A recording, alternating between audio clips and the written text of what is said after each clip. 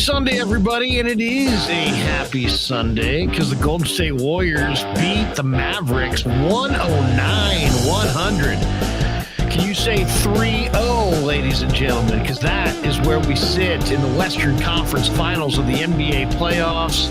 Larry Krueger joined by Dan Coach Emilio, the great Cyrus Sotsis, and Kylan Mills may be joining us in a little bit as we talk Warrior basketball. A lot of people around the Warriors, a lot of people really felt like tonight was a game to give to Dallas. And it's funny, a buddy of mine who knows the Warriors pretty good said, man, it looks like Dallas tonight. And I said, I don't know. I don't know about that. Dallas, to me, I thought the Warriors would win tonight and lose the next game. My prediction at the beginning of the series was Warriors in 5, the gentleman's sweep. You win 3 in a row to establish your dominance, and then you cough up that 4th game so that the Mavericks fans have something to look forward to next year. Oh, hey, we won one more game in Dallas. Great. So then they drive home. They're happy. And then you go back home and you finish it up in 5 and you get ready for the winner of the Eastern Conference Finals, which looks like it potentially could go 7. And that right there would be advantage Golden State. But we're joined by Ryan Smith and Dan Coach Emilio. And guys, this was an interesting ball game. Golden State was up 25-22 after 1. It was it was a 3-point game after 1. It was a 1-point Warrior lead at the half. Golden State would pull away with a 30-21 third quarter, and then Dallas would outscore them 32-31 in the final quarter. But Dallas just, they could not get any stops on defense. They just really couldn't stop Golden State. And then when you mix in the fact that this Dallas team, when they're shooting the heck out of it, it's one thing, but as soon as they don't shoot the heck out of it, suddenly there are other flaws. There's their lack of size, their lack of rebounding. It all bubbles to the surface as soon as they don't shoot the rock. And I think we saw that tonight. 109-100, 3-0 Golden State. It's done. Or am I incorrect in saying so? Go ahead. What do you guys think? Oh, it's over. It's over. I am now to the point where, well, first of all, bravo, Cy. I think we're all gonna have to get on our hands and knees and bow to him. He's gonna be hot dogging and showboating, and I can't wait for it. But I'm actually kind of just mad at all of the really smart basketball people that I think are smart, and they all just gaslit me into thinking that this Dallas team was this crazy threat. They didn't even really show any heart today. Luka got going at the end, sure, but. Basically the Warriors took it right to them. Then the Mavs made a little run. Warriors squashed that, and nobody. How about Bullock? 0 for 10. 0 for 10 at home. Kleba, has he hit a 3 all series? Just an awesome win. Wiggins and Steph for all 3 games were the most reliable dubs out there, and it makes a lot of people look stupid. Well, Danny, what'd you think? You're the voice of the league now. What was the watch party like as you started doing play-by-play? And give me your thoughts on the victory. Yeah, it was fun to watch. And have some fun calling the game. But you and I are the only ones, I believe, that picked the Warriors in 5. I think Cy may have too. I'm not sure if he did 4 or 5, but. All the national media was either Warriors in 6 or 7 or Mavs in 6 or 7. Nobody. Steiny had Warriors in 5. Or had the Mavs in 5. Yeah, not one person picked the Warriors in 5 that I know of. So maybe you and I ought to get some props out there. Yeah, head to Vegas because I didn't see. I said Friday night after Friday night's game, I really believe the Warriors would come out game 3. Draymond would play more focused, which he did. He played a good game. The stat line wasn't tremendous, but he was engaged. He didn't turn over the ball much at all. He got, I don't know what his line was. You got it there? What's that for you? Draymond's final line there? It was 10, 5, and 5. Okay. But plus 19 though, plus 19. Yeah, right. That's the key number. Yeah. I thought he played a really good game and he was focused. He had that one cheap technical call, but that was from Friday night. That was a layover tee. Yeah. But I really felt the Warriors would come out strong tonight because, as I said, they don't want to let the Mavericks and the fans back into the series. Had the Mavericks won tonight, all of a sudden you got momentum switch going into Game 4 with the crowd into it, pregame and hyped up. And if the Mavs, notice what the Warriors did tonight. They got off to a early lead, which they really haven't done much in these playoffs. By getting out to that early lead, it took the crowd out of the game, and then the Mavericks came back, but the Warriors then were able to get ahead at halftime by 1, and then they really put it to them in the third quarter. Went up by 10 at the end of 3. At one point, they were up by 14 after Wiggins hit 3 free throws on that late in the fourth quarter. That's the first time I've seen him hit 3 free throws in a row. Dan and I because we were doing the live watch party, and we were both like, honestly, if he makes all 3 of these free throws, that might be just as shocking as that dunk on Luka, and then he did. What dunk are you referring to? I didn't see it. You didn't see the dunk? No, I'm just joking. Of course, I saw the dunk. All right. Did you hear my call, or were you listening? I'm pulling up your call. So if I look glazed eyes, it's because I'm editing a little in Adobe Premiere. Did I hear your call? I've yet to hear your call, but I have a feeling it's damn good. I bet you it's damn good. I bet you it's not Pat Olson good. It's not Pat Olson good, but it's damn good. I can almost bank on that. I got a little excited. Even my wife looked at me and kind of looked over at me and said, she said, "You are somebody. For? You're going places." Yeah. What are you screaming for? Are you angry? I was telling Jack, you know what? I want more than 10% of my principal account. I want more growth than that. I was telling Dan, it'd be hilarious if his wife came over and he just has a mic and there's nothing hooked up. He's just been doing play-by-play himself for an hour straight. Oh, my God. All right, finish this sentence. Matthew Mears says, Wiggins' poster dunk was filthy. I'll throw it to you guys. Wiggins' poster dunk was, Rye, go ahead. It was Maple Jordan-esque. That was the Maple Jordan moment we've been all waiting for since he came out of the draft, man. Holy crap. I think we said it the other day. He seems more locked in and aggressive on offense when he has this great challenge on defense. It's amazing. God, Luka.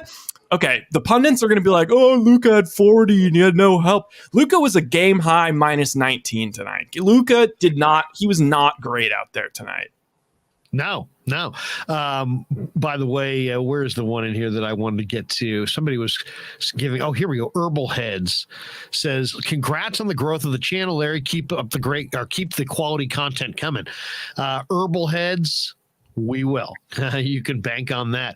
And then we've got this one. We got a donation here from Todd in New Jersey. Todd Jersey Architecture Inc. says donates $9.99. He says Larry's light show is awesome. You like that? You like the light show? My kid set me up with the lights, so now I'm on the fade. I got it fading from different colors to different colors. It's blue, it's purple, it's red, it's yellow, it's green. So I'm getting a little psychedelic here. So I figured, you know what? Also, I don't want to have the bright lights on because it's a kind of a warm night. I don't want to attract too many moths, to the light, since I'm almost borderline outside here in my studio.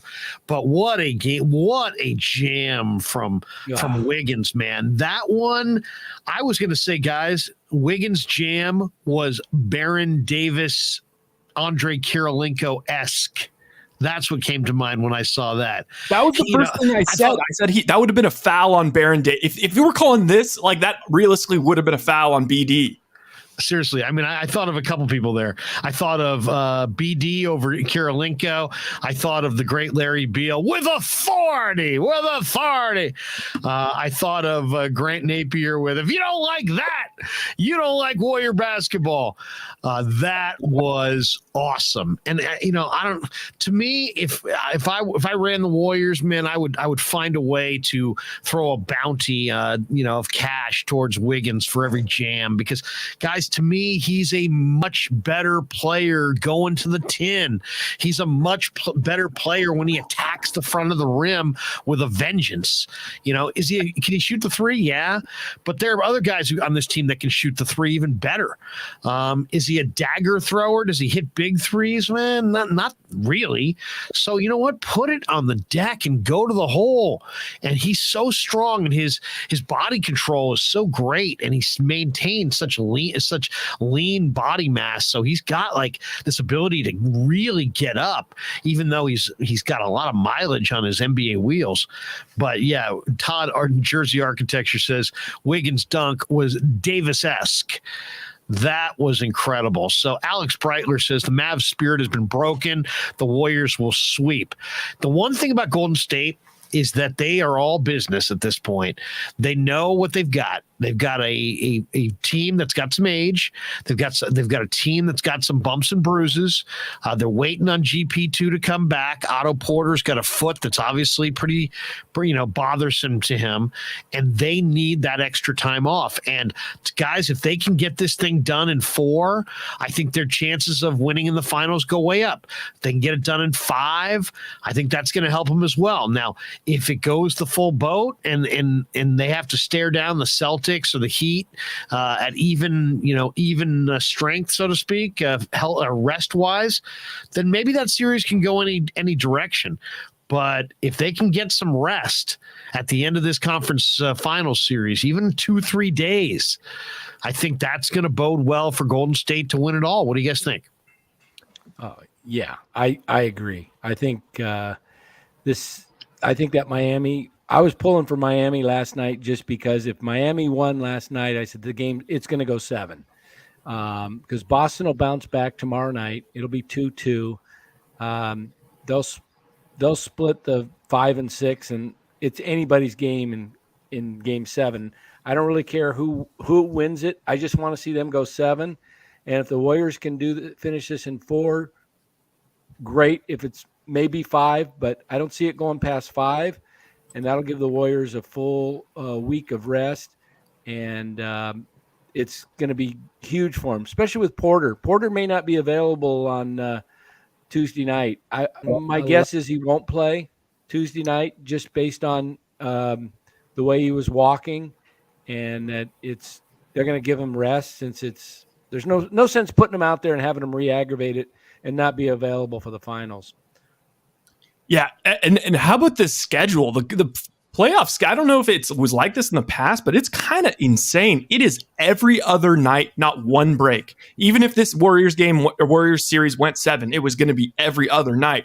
And You see Boston and Miami are banged up. Smart left the game. Tatum left the game. Butler seems like he's seriously injured, although he's going to play next game. But that's something to watch. Lowry's got injury problems. Rob Williams missed the last game. So with that series going every other night, and if it goes 7, my God, I'm going to start getting a little ahead of my britches. Also, I have the call.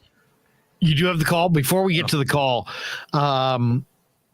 where would you rank the teams that Golden State has played so far? Oh, easy. In the playoffs, in this playoff run. Who's the best? Who's the second best? Who's the third best? Memphis 1. Dallas has to be 2. I don't know. It's a toss-up because they're both, I'll say Dallas 2, Denver 2.5. Just behind them. I think Denver is a much better team, though, with Murray. And I think Denver would be with Murray and but they Porter. didn't have Murray. I'm talking about as is. As they were constructed when the series came down, everybody would put Memphis 1. But my question, 1, I guess, is Dallas better 2, than Denver, or is Denver better than Dallas? Yeah. Denver could be. What I like about Dallas. The Warriors playing Dallas is the lane is wide open every play. Every play they can drive past Curry take Luka to the hoop every time. and there's no rim protector, and you can either kick it out for three or someone cuts to the hoop. It's an easy layup. Man, this would be a great series for some lobs for Kuminga, you know? I mean, the hoop is just wide open. You clearly couldn't do that with the Joker down there. So I just think everybody had Dallas personally overrated because I did too. Why did everybody overrate Dallas? So should maybe in hindsight, guys, we should take away from that last round is that Dallas, Phoenix was in a bad way and Dallas was there to capitalize. Yeah, it was more of a Phoenix implosion. More of a Phoenix implosion than a Dallas take. Last round was more about what Phoenix didn't do than what Dallas did. Yeah, and is that fair? Powell was in there tonight, was he much? I don't remember seeing. He was Powell in there. He played 8 minutes. He played 8 minutes. That's it. I mean, he's their only rim protector, except for Kleber. And Kleber. People, all the Dallas fans were saying like, "Oh, like Warriors, they don't watch like the Mavericks. Like Kleber's been our second like most important guy during the playoffs." I don't know. I think that's why you had no chance. I mean, literally, 1-3 the entire time. What's that? Well, he had 1-3 the entire series. Oh, I know. I mean, not only that, Bertans is old at this point. I mean, he's not even the same player that he was. They actually got a great performance out of Dinwiddie tonight. He had 26 and 32 minutes and looked really, really strong. Luka came alive. That 40 is a little deceptive because I think he had like 20 in the fourth quarter. Yeah. But man, I mean, Bullock. I mean, we've already kind of said it. Kleber and Bullock shot him out of it. Yeah. They had no shot. They couldn't shoot that one. If you're going to shoot that way against Golden State, you better handle business inside on the glass. And what were the numbers? It was Golden State was 40. They outboarded them 47 to what did Dallas wind up with boards wise? Let me see. It was a big number as far as Golden State's. Yeah, 47-33 plus 14. Golden State was plus 14 at the on the glass, and then they were plus 12 as far as points in the paint. So if you're gonna give up if you're gonna basically get hammered inside, you better be able to shoot the three ball. And Golden State, Dallas made 13 threes, but 13 out of 45. So, I mean, their percentage was really low, 27%. Yeah, I mean, I think Cy was right. Like, I think people had such high expectations for this Phoenix team, when in reality, I guess the expectations they had for this Phoenix team should have been put on the Warriors and vice versa. And then when they see that the Warriors are struggling versus Memphis, it actually is just saying how good Memphis is. And when Phoenix blows it to Dallas, they're like, okay, well, that team wasn't ready. I'll tell you what the best thing that happened to the Warriors was getting blown out when they were down 55 to Memphis in Game 5. That all of a sudden had the national media thinking the Warriors were old, and even Stephen A. Smith, I'm worried about the Warriors. Yeah, what was that? Stephen A. came on television and said he was worried about the Warriors after the Warriors were up 2-0 on the Mavericks ahead of the Celtics game. I'm telling you. He gets paid a lot of money to be worried. Just don't forget that. Don't forget. Yeah, this Warrior team is, believe me, they know what's being said in the media, and they take it. They take it with like, okay, we're just gonna let our action on the court do the talking, and don't you think for a minute that Steph doesn't know what's being said, and Draymond does, and Clay, all three of those guys, they listen and they hear, and they are motivated because this is a team that truly hasn't got the respect for 3 titles and 5 trips. You remember the last 2 titles, it was because of KD. It wasn't Steph. Steph needed KD. He couldn't get it done, even though we did it in 2015 without KD. And then the next year they won 73 games without KD. Oh, and in 2019, they beat the Rockets and then beat the Rockets and then swept the Trailblazers on the way to the finals without KD. Well, I think also, guys, you know what? I think Bob Myers, and I wish we could get him on a night like this. Well, hopefully, maybe I can effort to try to get him on. He's a good guy. I've done many interviews with him. I think Bob Myers learned something watching his team fall short against Toronto, because that Warrior team was better than Toronto, but it wasn't a deep team. It was a star-led team. And once a couple guys got hurt in a star-driven team, the Warriors were not as deep as Toronto. Toronto was deeper. Now look at Golden State. This is far and away the deepest roster in the NBA. Far and away. Think about it. This team could have had James Wiseman. They don't. They could have GP2, who's one of the best on-ball defenders in all of basketball. They don't. Porter played 7 minutes tonight. Guys like Damian Lee, Jonathan Kuminga, Nemanja Bjelica, these guys are all NBA players. I mean, they're not all NBA players. You know what I'm saying? They're all three of those guys are NBA talents. They're loaded. They're absolutely loaded. They're really, really, really deep. I mean, that's it right there. I mean, Bjelica can score 20 if you on the right team, if you feed him the ball. Kuminga is a lottery pick. Damian Lee's a well above average NBA shooter. Moses Moody, I think, is going to be a really nice player down the road. Jordan Poole, you could argue, is a star in the making, maybe a max player. He comes off the bench on this team. JTA is a do everything, utility guy, jack of all trades, Swiss Army knife kind of guy. Otto Porter's a 45% three-point shooter who was a lottery pick. He's on the bench. So this team's stacked. They're absolutely stacked. And even though they have no Wiseman, no GP2, Porter went out, they're just deeper and better than most of the teams they're going to play. And it's abundantly clear. Tom Pierce donates $4.99 to Cyrus Gummy Fund.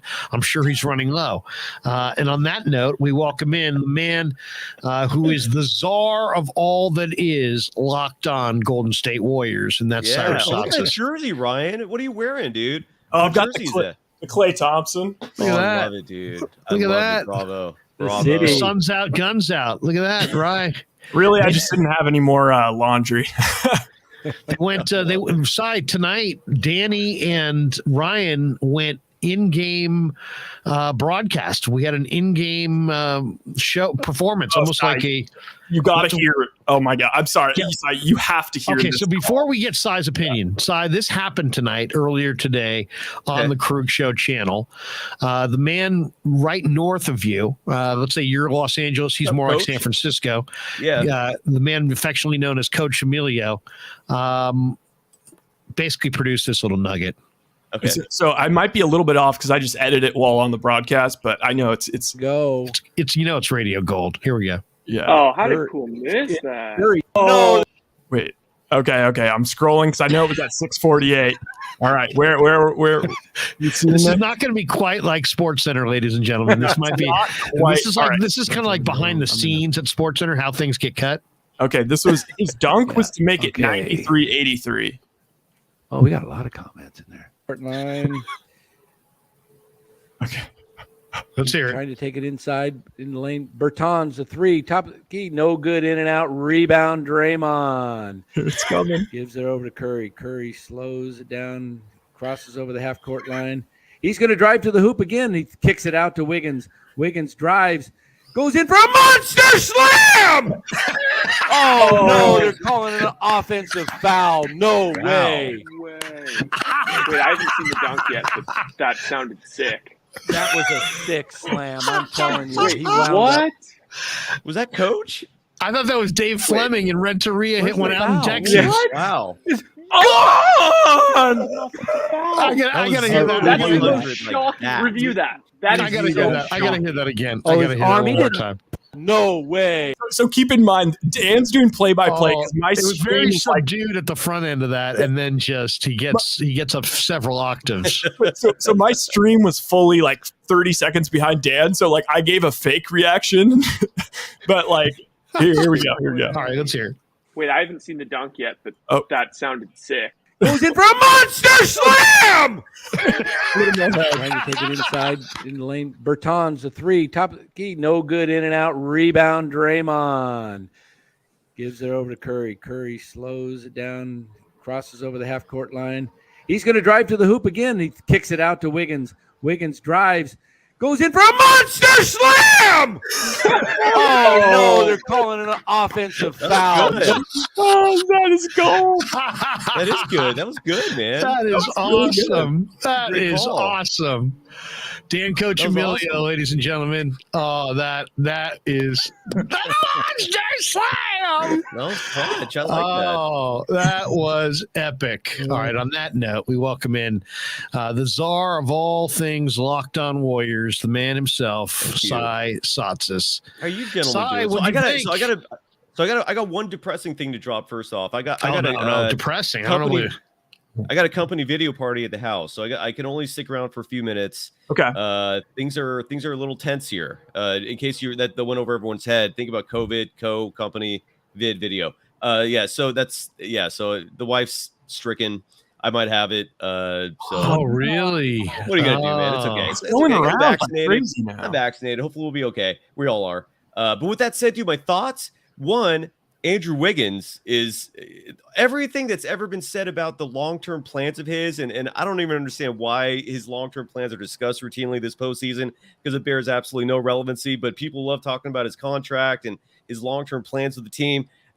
Look, if the Warriors win the title this year, I think you have to rethink all of that a little bit. I mean, I think there's going to be some pressure on Lacob to fork over the Bucks and give Wiggins one more big deal.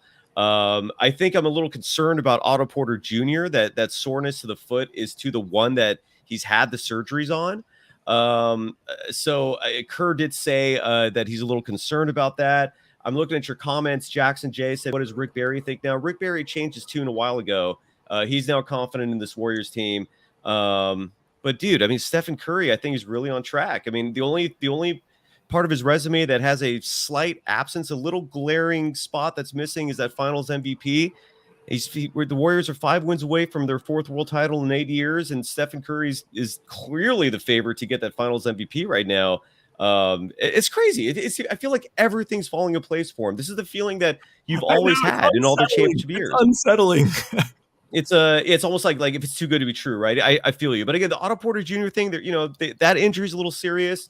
Let's hope he's okay. It's a recurring injury, right? That he exacerbated. I didn't see the sequence where he went out. There was no sequence. He just literally was just like, it was I saw him wince. That was it, basically. That was it. He was just running, and all of a sudden it started hurting him, and they labeled it as left foot soreness. The X-rays were negative, which is very relieving, but yeah, but other than that, man, I mean, this is looking good. I mean, I don't think the Mavericks really had much life in them. I think that game 2 was it. Yeah. That was their puncher's chance. They gave their best shot, and, they were 15 for 27 in the first half of the game from beyond the arc, and the Warriors just kind of went, just, brushed their shoulders a little bit. We're like, all right, that's the best you got. Let's go. And, this is championship pedigree at its finest, man. We're in the Bay Area, and everyone around the world who loves the Warriors, you're stoked. We're 5 wins. I hate saying we. The Warriors are 5 wins away, and I'm elated. I don't know about you guys, but this is incredible. It was great, Cy. But I'm concerned. You said Porter. Is that it's not the same foot that he had problems with last week? Correct. It's the other foot, and this is the foot that he has the minutes restrictions for. The 25-minute restriction that he has every game is because that's the foot that kept him out for years. So I mean, look, they showed him in the tunnel, like trying to see if he can give it a go. Rick Celebrini, the team doctor for the Warriors, he's overly cautious with any injury. Right. Always plays it safe. So hopefully it's not serious. Well, they can win the series without him, win one of the next 2, and he can have rest all the way till June 2nd is when the finals start. That sweep will be clutch, Coach. If they get that sweep, because you're right, the NBA finals starts June 2nd. So if they win on Tuesday, they could get 9 days off. Right. And in basketball, at the end of a marathon, that 9 days off is you might get your bounce back. You know what I mean? You might get your lift back if you some of these guys that are heavy legged. Todd K donates $19.99. He says, "What's the biggest concern for the Warriors now, if anything?" Much love. Well, Todd K, thank you for the you were going to see Otto Porter. Do you think Golden State finishes this off in 4, or do you think it's the gentleman's sweep where Dallas gets game 4 and the Warriors do it at home? Before I answer that, I forgot there's one other thing I want to address, because that gentleman or woman there, I don't know the gender, did give you $20. I want to give them their money's worth. There's another concern. Klay Thompson. I love what he's doing. He's actually like getting better defensively. Yeah. He's staying in front of Jalen Brunson. That's a great sign. Like, he's getting his legs back in terms of the defensive side of the ball, but his shooting is it's so like inconsistent. One, he could show up and be a game 6 Klay and you're loving him forever, but then you have a night like tonight where he was 3 for 10 from 3, 6 for 18 from the field. None of those numbers are that impressive, but he did have 7 rebounds. Those threes were big. The threes came late though in the fourth quarter, a couple of them. So that was good. Yeah. Yeah, exactly. So that's a little concerning too. But I hope you got your $20 worth. What do you think about comboing that with also Jordan Poole? Because he had a pretty rough night tonight, and he just never got it going.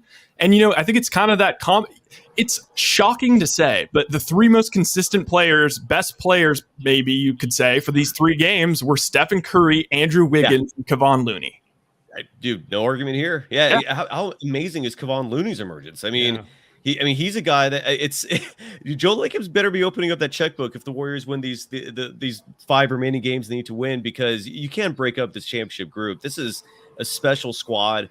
I love seeing Moses Moody out there. We finally had Damian Lee sit on the bench where he belongs. No disrespect to Damian Lee, but I just don't think he's good enough. But then we also saw Juan Toscano-Anderson out there for 5 minutes. The bench did not play great, by the way. Yeah, sorry. Oh, I was just saying decent hustle from him. Yeah, it was great hustle, but he laid a big fat Tony Snell, a nothing burger, literally in every stat that I can look at. So my prediction, I don't know, man. I mean, the Warriors could be either. I mean, Larry, you and I picked Warriors in 5. Ryan, Coach, I don't know what your predictions were. 6, yeah, at 5. So it could be. I'll say this, and this is what encourages me for a sweep possibly, is Dallas does not look like they have fight left. Like, if there's a team, I haven't seen a Warriors opponent with the 1-2-3 Cancun in a while. Like teams that play the Warriors are annoying tryhards. I've used that phrase before, referring to my stepson, what he calls like players on Roblox that he knows he's going to wipe out, but they're just annoying tryhards. They won't give up. And that's what Warriors opposition is routinely in the playoffs. They just won't give up, even though the Warriors are clearly going to beat them. So, but the Mavericks don't look like tryhards. The Mavericks look like a 1-2-3 Cancun team. So it could be a sweep. Who knows, man? It is annoying, by the way. Were you guys annoyed that even with the $100,000 fine they had to pay today, they're still standing up? They're still wearing the white shirts. Yeah. Like, I could see another fine coming. I mean, that's wild. Now, what is the rule? What is the actual rule? There are no specifics as far as I know. It's just so you can wear whatever color you want, because that seems. I mean, their entire team wore, like, let's say their team warm up, and one guy wore a white thing, and Steph threw him the ball last game, and it was obvious that he thought it was one of his teammates. Was on the court. It was right on the line. Well, yeah, at least Tim Hardaway is impacting the series somehow, Tom Pierce says, Coach just blew out my computer speakers. There you go. Coach, you owe somebody computer speakers. Oh my goodness. It was an incredible example of a game where I think most people thought that Golden State would, that Dallas would fire a big effort. And heck, I mean, there are people saying, bet the house, this is a lock. Dallas is going to win this game. Dallas, I'll say this, just doesn't. I was never impressed with them. And it's like I watch a lot of NBA basketball, but I hadn't watched a lot of them in the second half of the year. But I know, I follow the draft. I know who the players, I know you name me a player, I can tell you what he can and can't do. And I was just looking at their roster going, wait a second. Are you guys hiding players that you're not telling me about? When suddenly everybody's like hot to trot on Dallas is going to be tougher than Phoenix. Oh, be careful what you wish for. Yeah. Dallas this, Dallas that. Dallas is Luka, and what? Do they have anybody else? I mean, Brunson, Powell, Bullock, Finney-Smith, Kleber, Bertans, Dinwiddie. There's not, forget star. There's not a starter. There's not a starting player there. Those guys are all bench players. Brunson has carved out a nice little role for himself, but he's an undersized. What is he? An undersized 2, off ball 1. I mean, I don't know what exact. He's a cross between a 1 and a 2.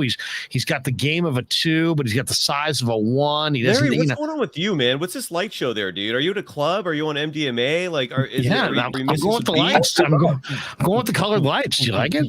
You like the colored lights? You like the colored lights? I love it. I'm just wondering what's going on, man. It looks like you're up for the party tonight. Like, this is just part 1 of the Larry Krueger night. That's right. That's right. I'm just stopping by.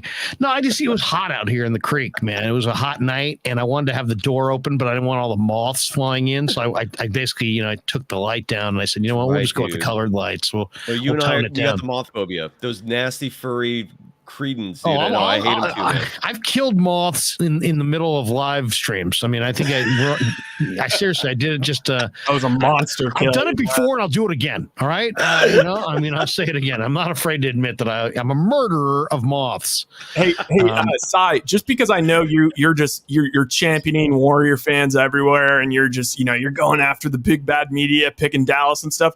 Can we please I'm somewhat sympathetic to like the Zach Lowe's and whatnot that pick 7 immediately switched to the Warriors, but like, how frustrating is this going to be? How he switched, but how frustrating is this going to be when all the talk tomorrow is going to be, well, Luka had 40, Luka averaged 35, and he just has no help out there. Meanwhile, the Warriors are so deep; they've got Andrew Wiggins, Klay Thompson, Draymond Green, as if Bill Simmons and Ryan Russillo didn't do a players draft and pick Jalen Brunson 3rd.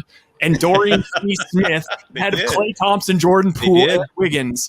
Like, what so everyone's going to just shift the narrative like, oh, the Warriors had so much talent, whatever. It's just like, okay. It's annoying. It's annoying. All just keep the same energy. I want to make one thing clear, though. I'm not championing the Warriors because I love them. I do love the team. I don't doubt that. Yeah, you are locked on. You're locked. I know. It's not even that, man. Look, if this was like in 2000, so in the 2011. I was championing Kobe and the Lakers. In the early 2000s, I was championing again traitor Lakers group. Sorry. Well, you have to root for somebody, Larry. I mean, when you have a Warriors team that's missed 17 out of 18 playoffs, like you have to have another team. I respected the Lakers, man. They were wait a minute. Is this locked on Lakers or locked on Warriors? No. My point is that I'm not. Even though I do love the Warriors, I'm not saying all this as a homer thing. I'm saying this because I really do believe that the Warriors are just that good. And I just respect experience and championship pedigree on top of just the overall talent they have. I just don't understand why people for so long were writing them off. Let me ask you one question, though, because here's one thing that you did say that I think, based on what I've seen, I would push back on. Okay. You said that the Warriors and the Grizz in the second round was the actual de facto NBA Finals. Still saying that. I actually think Boston or Miami will give Golden State more than Memphis. I disagree. Okay, only because the Grizzlies' size was a huge factor. They have 4 centers. The Grizzlies had Jaren Jackson Jr., Steven Adams, Xavier Tillman, and Brandon Clark. All 4 of those guys are athletic bigs, and there's nobody comparable on either the Celtics or the Heat. Bam Adebayo is the closest thing to it, but he's 6'8", 6'9". There's no one outside of maybe Tice on the Celtics who I just don't see making a huge impact. There's no one on those teams that have those 6'11", 7-foot, athletic bigs that were causing the problems for the Warriors. They were legitimately giving them issues. Brandon Clark, it was amazing that they just basically blew him out after everything he was doing this year. But that is the difference. I just see that the bigs being more impactful. And then even when you break it down through the rest of the roster, I mean, are we forgetting the Desmond Baines and the Dylan Brookses having these football player type bodies, or the Meltons having like, at 6'2", leaping, blocking. I just think Boston's better. I think Miami's better. I think those teams have more. I mean, those teams are both loaded. They're both stacked. I mean, they're both deep teams, kind of like Memphis. Better coached, I think, too. Look at Boston with Tatum and Smart and they just Jaylen Brown and Grant Williams. By him, though? Like, what has Jason Tatum ever done?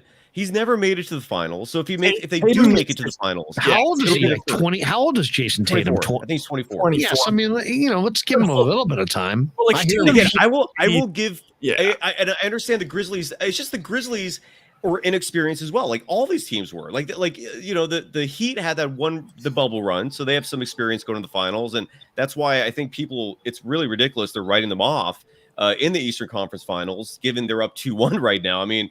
It's crazy. People are still talking like the Celtics are going to make it. Like, slow the roll there. Like, they're down 2-1 in that series. Kyle Lowry reminded them, hey, man, I've actually won a championship. So the Heat are dangerous, but I just do not see them in the same class. And this is ultimately, like, we can compare numbers. We can go back and forth. I don't think there's any way either of us can win an argument like that. That's just what I believe. And, I do think that was the toughest out, though. I do. Are you trying to say we should agree to disagree?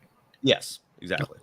That's something we hate. We hate agreeing to disagree on this show. Jaguayo56 donates $5. It says Krueg Mavs tried to play small ball, but they ran into small ball masterclass inventors. We continue to win the paint. We continue to win the paint. How many Mavs start for the Dubs? Luka. That's it.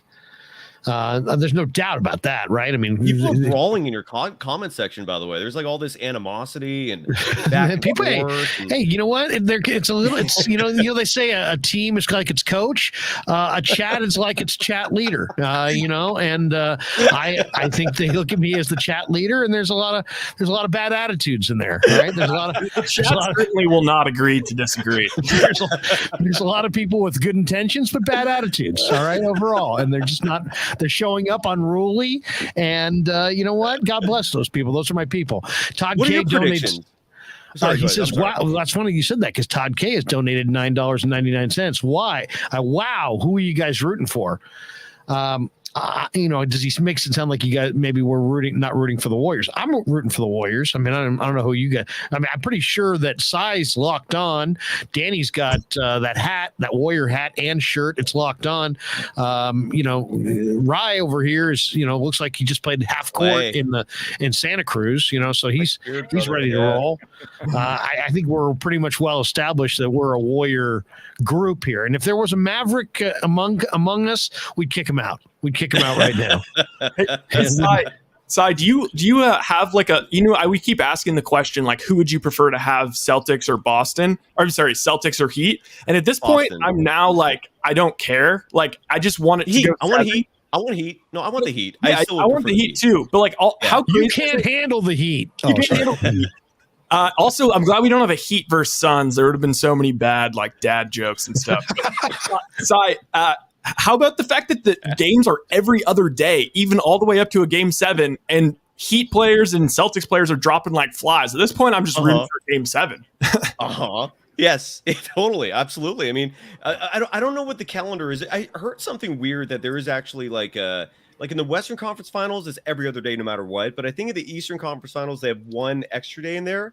I'll check. Somewhere between, it might be between games 4 and 5, but regardless, absolutely. I mean, I think the Warriors, what they're envisioning and hoping is, they're going to be motivated to win game 4. Let me even take a step back here. The Warriors in the Western Conference Finals are just damn unbeatable. Like, I don't know if they've ever lost. Never. Not since 1976. They haven't lost the Western Conference playoffs. Where were we all in 1976? By the way, I was dominant in first grade. I mean, I'm seriously backing people down on the low block. People up, Larry. Exactly. I was kicking ass in the sandbox. I mean, kicking ass and taking names. Excuse me, is that your high C juice box? That used to be your high C juice box. All right. Where were you guys? 76. Rye was thought in somebody's. He was negative. He was like the negative integer. You 76. You weren't around 76.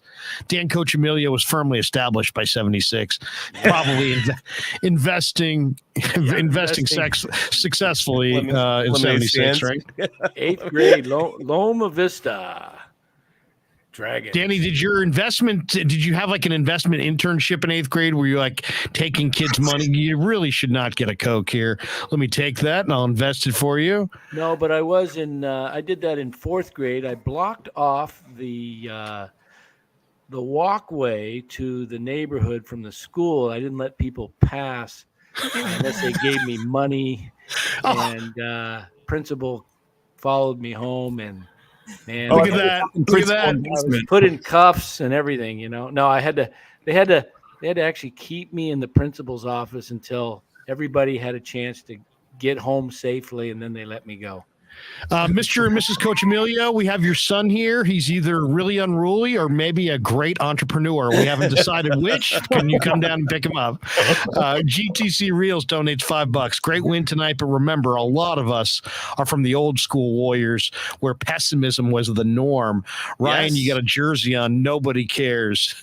JK, nobody cares. Yeah, I mean, seriously, GTC Reels, let's be honest. If you are 45 years old or older and you're a Warrior fan, you're like made up of like 65% scar tissue. You know what I mean? Yeah. I mean, seriously. Yeah, I mean, when I sometimes I'll close my eyes and I'll be like, God, remember when it was, Chris Mills over to Terry Cummings, back to John Starks, timeout, we're down 15. It's like, oh my God. That's just one of many. That was the nightmare. Oh, there's so many just that was the low point eras. that year. That Starks, Mills, Cummings, right after Spree choked out PJ, and they had to banish Spree from the front. Basically Spree got handed off to the Knicks for all the bad contracts the Knicks had signed in previous years, and the Warriors just said, "Oh, okay, bad contracts, we'll take all those guys." And all of a sudden, we had this beautiful, awesome basketball team with Weber and Spree and Billy Owens and Avery Johnson. We were winning 55 games. We were dreaming of the finals. And like all of a sudden, it was like we hit a bump in the road. The car rolled off the cliff. And next thing we look around, there's Starks and Cummings and Mills and a lifetime in the lottery. I mean, it was a nightmare. It was a nightmare 4-year run. If you want to break it down, first of all, somebody wrote Sleepy Floyd in there. That is like my childhood sports hero. He is why I got into basketball and the Warriors. That amazing 29-point fourth quarter, 39-point half against the Lakers in 1987 to stave off the Western Conference semifinal sweep. I interviewed like Michael Cooper, who's to this day, like he hated that I brought that up, but he answered the question, but he was pissed. And as someone who prides himself on defense, but the Warriors bungled that Chris Webber thing. Remember they offered him like as a rookie deal. And obviously these things got corrected to avoid repeat mistakes, but it was always the Warriors making these mistakes that would force the rule changes. They also Gilbert Arenas. Don't forget the Gilbert Arenas lost on a technicality, which was they changed the rule the very next year. Yes, who cares about the Warriors? The freaking Hibachi was in DC at that point. Yeah, but even with Chris Webber, remember they offered him that 15-year contract. It was like 15 years, $74 million. But they gave him an out after year one. And I never understood that. Like, why would you give him an out after year one? He just took off. He was like, I'm out. Like, see you later, man. Nice knowing you. And they did like a sign and trade, I think. And they got Tom Gugliotta back. And that was just the beginning of really a horrible By the way, stretch of years. One of Dan Cochimilia's groupies, Ashley, says, "Do you guys have an opinion on Bielitsa? My roommate is obsessed. It's the Warriors obsessed with the Warriors getting rid of him. Is your roommate Cyrus Satsis? Because aren't you obsessed, Cy, with getting rid of Bielitsa as well? Getting rid of him? No, I want him to be. He likes him. You like Bielitsa, okay? I want and Ashley, I'm just joking. You're not one of Dan's groupies. No, Bielitsa, man, where is he? Kuminga's missing, Bielitsa's missing, but hey, they're winning, so who cares? Yeah, right? They're winning. This one from Greg Harris says, "Larry, wake up, dude! You were never the king of the sandbox. Thank you." we had boots on the ground back then, and we have proof. Larry was never the king of the sandbox. It's people now remembering the Gilbert Arenas rule that basically cost cost the Warriors another great young player. And I'm telling you, man, shit, sorry to swear here, but shit rolls from the top, right? It's all about ownership. And like the moment Joe Lacob took over, like one of the first moves he made, right, was trading Monte for Andrew Bogut. And at the time, everyone was like, "What are you doing?" Like they booed him. Remember when he took the mic and Rick Barry he had was to in get his studio back. with me the next morning. Seriously, we had him in studio the next morning, and I'm like, "Man, Joe, rough night, huh? Man, people are booing you like crazy." And I almost felt like I had a little something to do with that, because I was one of the people going, "How could you possibly trade Monte Ellis for this injured center?" You know, I mean, Monte Ellis, he's like the only guy worth watching. Damn it! And I think I went on a pilgrimage, a pro Monte pilgrimage, and I think I may have caused some of that angst that faced. It's all Larry's fault. Exactly. What a night that was. And then Rick Barry stood up and grabbed the mic. People, I know this man. You guys have to trust me. Yep. Todd he wants K, brownie points for that. That was Chris Mullins' retirement jersey. Yeah. Night, my God. There was all these ex-Warriors on the stage. Everybody was Tolbert was out there. Mullen was out there. They're looking at each other like, can we just get out of here somehow? I mean, maybe the most awkward night in the history of the Golden State Warriors. But everybody was booing Chris Cohan, but his name was Joe Lacob. You know what I mean? They really were. They were booing Cohan, but because they didn't know Lacob, they're just like, rich guy. Yeah, this is the new rich guy talking out of his know what. So we'll just boo him. Oh man! And then, but Tony D quoted Rick Barry perfectly, I think, where he wrote, "Come on, people, this is crazy." That's what Rick Barry said to the mic. Come on, people, this is crazy. It was a big emphasis. This is crazy. And then Rick dropped this, "I know this man," like just Rick's word. Like all Rick had to say is, "I know." Oh, I'm sorry. You know him? Oh, in that case, we're totally wrong, Rick. We apologize. We didn't realize you knew him. I mean, the way Rick said that, I know this man. Like that was like that's the mic drop moment. It's like, I mean, that was classic. But it was prescient. It was prescient. And I think Lacob really loves Rick for that. To this day, because he always, when Rick comes to town, he always gets that courtside seat next to him. Larry, did you ever get the when Chris Cohan was the owner, did he ever invite you for a night in the box with him just to schmooze you and try to get some good pub? No. Did you ever have that experience? No. Like he did that with when I was working with the John London show. He brought all of us up there. Like Townsend was with us. The John London Not Just Sports Show. Exactly. And Chris Cohan. We're so much more than sports. Yeah, great. So much more. Yeah, remember London's Ladies or whatever that thing was called? Cohan had us in his box, and he came in there and hung out with us for a little bit, and just an awkward, weird guy, dude. I think he sold it, and I'm so happy he's gone. It always starts from the top. It's all about ownership. When the number of lawsuits filed by you outnumbers your playoff appearances, you're not a good owner. You know what I mean? Absolutely. Are you guys watching Winning Time, by the way? Have we talked about this before? Are we allowed to talk about this? We did. I know Larry hasn't caught up yet, and Dan. What's that? What's Winning Time again? That's the Magic Johnson Showtime Lakers show. Yeah, I haven't seen it yet. I haven't seen it yet. It's good though, huh? Fantastic, dude. And I'm just watching that, and it's just it's crazy. It's just you just see how the Lakers built their dynasty, and it just shows that it's all about ownership. Like a crummy owner can just crumble a franchise, man. They control the morale. It's crazy. But that's a great show. Strong recommend. Even if the character portrayals are not accurate, I could understand why Jerry West is upset, and I'm not taking any of the portrayals to heart. But it's just a damn entertaining show, dude, because it's based on that first season, Magic's rookie year, his relationship with Kareem, how Jerry Buss orchestrated putting the whole organization together. I had no idea the Lakers head coach that year got in a bike accident, I had no idea. I didn't know any of that. Had some kind of brain issue, right? It was like a serious deal. And I think Westfall who took over. It was his assistant, Westhead, Paul Westhead, who became wasn't he the guru of Go or something like that at LMU, Loyola, right? Yeah, Loyola, and then he became the Lakers head coach and stuff. Yeah. Hey, you said in 76. Where were you in 76? I found something from 77. 43 years ago for me, the original Steph Curry. Look at me, Sky there, huh? Hey-oh. Laying it up on a breakaway. Is that you? That's me, 16 Wow. years old. What'd you have, 45-inch vert? How old were you, Coach? 16. What is that? 16. Wow. Yeah, that's impressive. You're right, Larry. Good call. Seriously, That's you're right.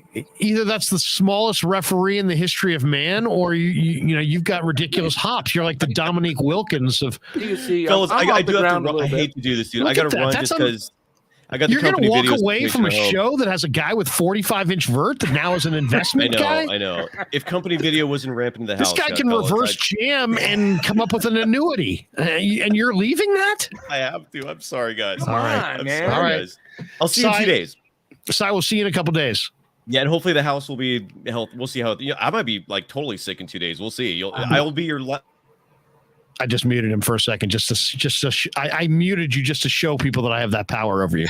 All right, You do. Of course you do. You So wouldn't I- have to do that for people to be aware of that. I bow to you, sir. Somebody in here was like, "Oh, here it is, Totes My Goats." It's like mute sigh, Larry. So that's for Totes My Goats. Why? Why Toads? I What mean, did I do to you, man? Totes. What did I Totes. do to you, dude? As I Totes, said, thought we were friends. I thought we the were people in the friends. Hey, chat buddy. will take on the traits of the chat leader, and I'm occasionally vindictive and mean spirited. I've been told that Well, before. My point was I could be your COVID lab experiment. And 2 days from now, I could be pale white or I could be fine. We'll find out. That's Get a some tease. oxychloroquine or whatever. I shouldn't say that. You just take care of yourself. Stay warm. Thanks.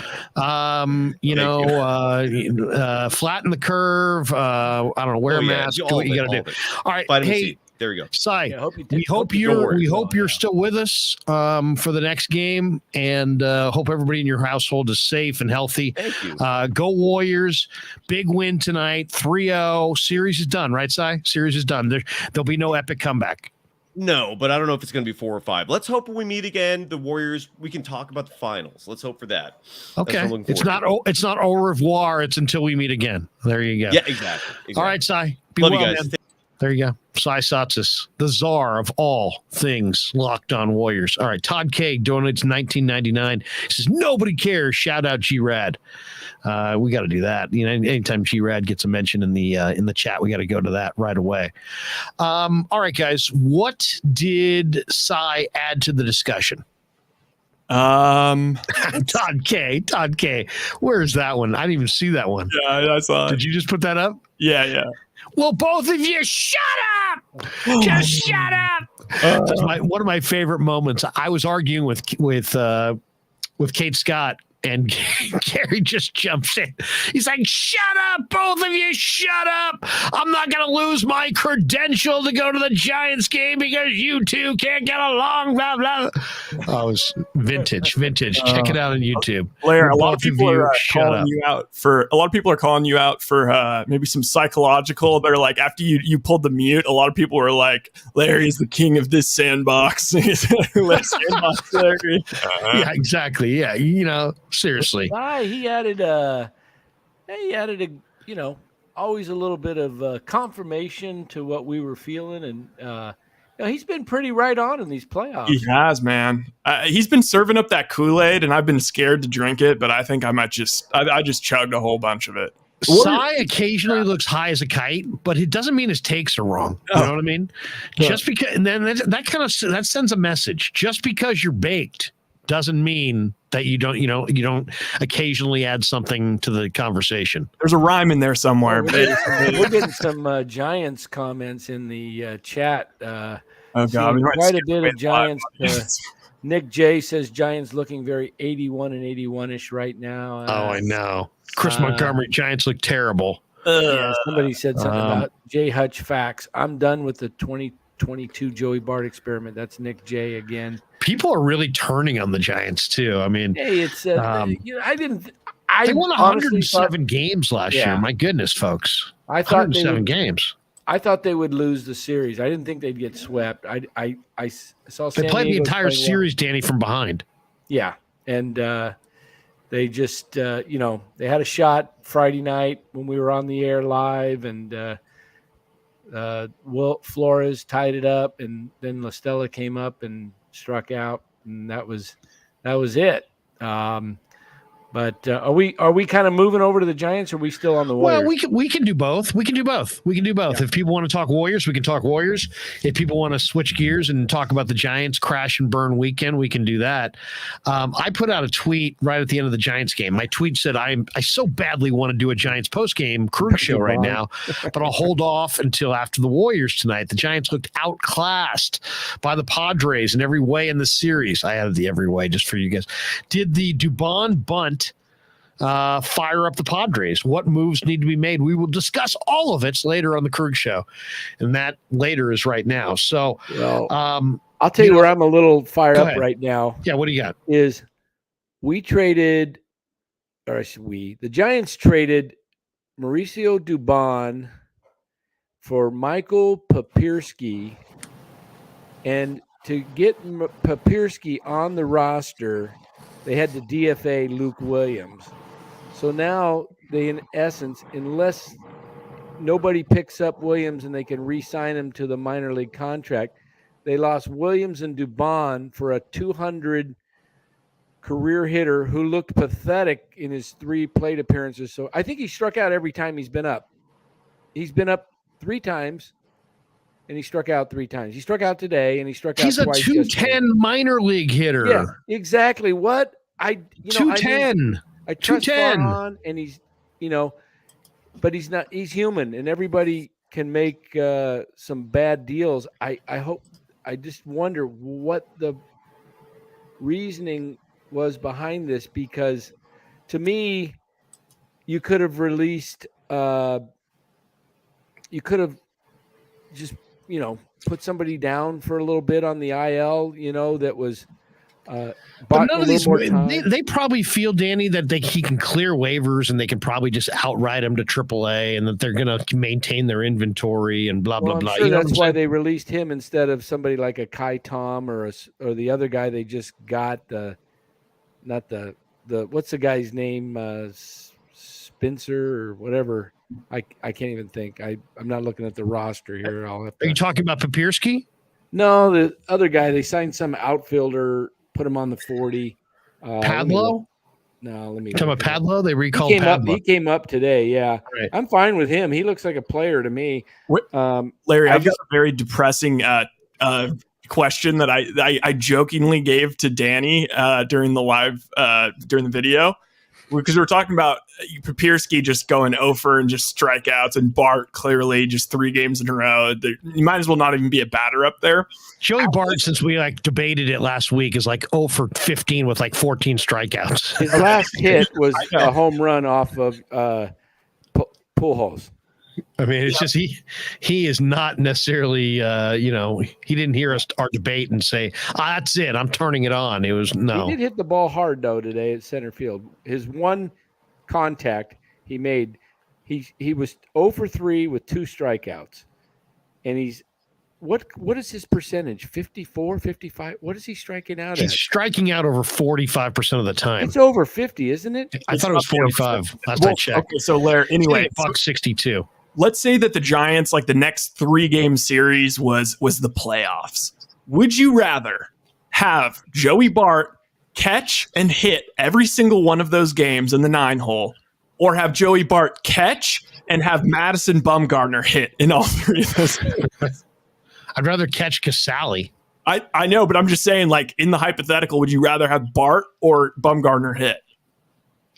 I mean, Bart. I mean, that's but not by a lot. I mean, Bart's in a free fall. He needs to be farmed out. He really does. Chiguayo 56 donates $2. Krueg, would you pay top dollar to see Coach against Spud? I would. Who gets up more between Spud and Coach? Yeah, I mean, seriously, that picture, unless it was doctored, you had about a 45-inch vertical. Or that's the smallest referee in the history of referees. I think it's the angle. Who was reffing that game? Lafitte Pinkai? I was up by the basket, but I could dunk 2 years later. My senior year, I could dunk, but when was the last time you jammed? My senior year. Man, What if Danny's like Tuesday? Tuesday, I threw down a couple jams in my driveway. yeah. I Could have had the jammed paperwork yesterday. I had the paperwork for an annuity over here, and my left hand, I just ripped it. I ripped could have one jammed through. yesterday. I was doing 4 and 5 year old, and they lowered the hoop to 8 feet. This is a crack up. I had this 4 and 5 year old, and this one kid in this little These league. investors are getting younger and younger by the day. Have you noticed that? This league, they have you can only guard one guy, no double teaming, no stealing at this age. So one little kid, he's just running around in circles, and this other kid's chasing him, and it's just hilarious. I actually was reffing and stopped and started videotaping. Just cracking up. It's never a good sign when the ref turns on the videotape. It sends a message that you're multitasking. Yeah. Here's what I'll say about the Giants. By the way, I put that out that the Giants, what's going on with the Giants? I said the Giants look outclassed by the Padres in this series. Did the Dubon bunt fire up the Padres? And then I said, what moves need to be made? Well, a bunch of people weighed in. My man Devin said they should add Quintana from Pittsburgh. He's pitching really well for a team that's going nowhere. Okay, that's not a bad idea, but that's not going to score any runs. Tom P says, no, it's more of a lack of stars whatsoever in this Farhan era. It's a miracle they're still in the race. When a few guys get hurt, it's AAA and other teams' cast-offs playing on the Giants. Eric says, these guys, talking about the Giants, can't hit. They needed bats in the offseason. This team will be injured throughout the season, given the age of the team, and everyone won't be healthy at the same time. When do the Giants bring up Villar from SAC? Great. Now our savior is some 6-year minor leaguer or something, right? I mean, isn't Villar been on the farm for a while? Shawnee Wong says, still early, but I was expecting the Padres to play like this last season. They just needed a manager that they have now. They're going to be tough. And Jeff says, just wait until Tatis gets back. The Giants will not be remotely competitive against the Padres. Doc Johnson says, tank for Torque. Is that Spencer Torkelson? Is that what he's referring to? He's already in the league. You need to get everyone healthy. Paul says you need to get everyone healthy before we talk about moves. Crawford needs a day off also. Paul is absolutely spot on right about that one. Crawford is just dragging right now. They run him out there every single day. Give him a day off. Lots of injuries, limited talent. One guy says the Dubon bunt causes Manny Machado to go off. LOL. I don't know that it caused them to go off. By the way, Machado is in fuego right now. And when he's this hot, it doesn't matter what pitch you got. It doesn't matter what location you put it in. It doesn't matter if it's in the zone, out of the zone. The guy's got plate coverage. He'll tomahawk balls around his eyes, hit him out. He'll hit the pitch 2, 3, 4 inches off the outside corner. He'll drive that. He is in a scald right now. Manny Machado's hitting 374. He went 4 for 4 today, and it was loud. That's like 500 10 years ago. Not only that, Will Myers is like the best hitter in the history of the park outside of Barry Bonds. It's like Will Myers looks like Joe DiMaggio when the Padres roll in. It's like, get that guy and put him in your outfield. I don't care what he makes. He'd be a screaming deal if he hit a third of what he normally hits as a road player for the Giants in that park. So the thing that worries me and bothers me is that look at San Diego's lineup. Cronenworth, Machado, Profar had a couple hits. Hosmer's hitting 320. Will Myers. Heck, when they thought they were going to be a little short, they added Luke Voigt. The little kid, Kim, had 2 hits today. Austin Nola. I mean, they've got... That's a lineup, man. They've got some bats there. I mean, Machado, Hosmer, Myers, Voigt. I mean, the Giants' middle of the lineup right now is Ruff, Yaz, Papirski, Flores. I mean, it's just, they're not matching up right now. So, I mean, I'm not sure exactly what the solution is, other than, it's not like they're waiting on some key cog that that's going to save them. Nobody's riding in to save this group. So I was disappointed in I guess how they built their lineup in the offseason. I really was hoping they would have been more aggressive after Castellanos. When they didn't get Castellanos, I'm like, well, no big deal. Maybe they'll go get somebody else. Suzuki. Man, they just haven't done it. And now you mix in a couple injuries and some COVID and some bumps and bruises, and you're looking at a pretty average looking lineup. Yeah, right now, I mean, they're like 17-9 when Belt is in the lineup, and without him, they're under 500. Belt's back on the IL, so he's gone for another week. Wade is out, so they don't have their.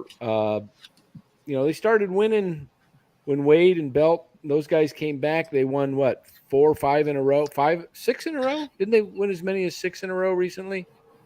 Then they blew the game 3 in Colorado, and they've been on a tailspin since. That was a big turnaround to blow that game in the 8th against Colorado. Then they come into San Diego comes in and sweeps them. They're going to need another bat. It's pretty frustrating because Longoria, I don't know what he gives it anymore from the right side. He hit the tar out of a ball today, and he got a single out of it. Yeah, I saw that. He hit it off the one hop off the wall.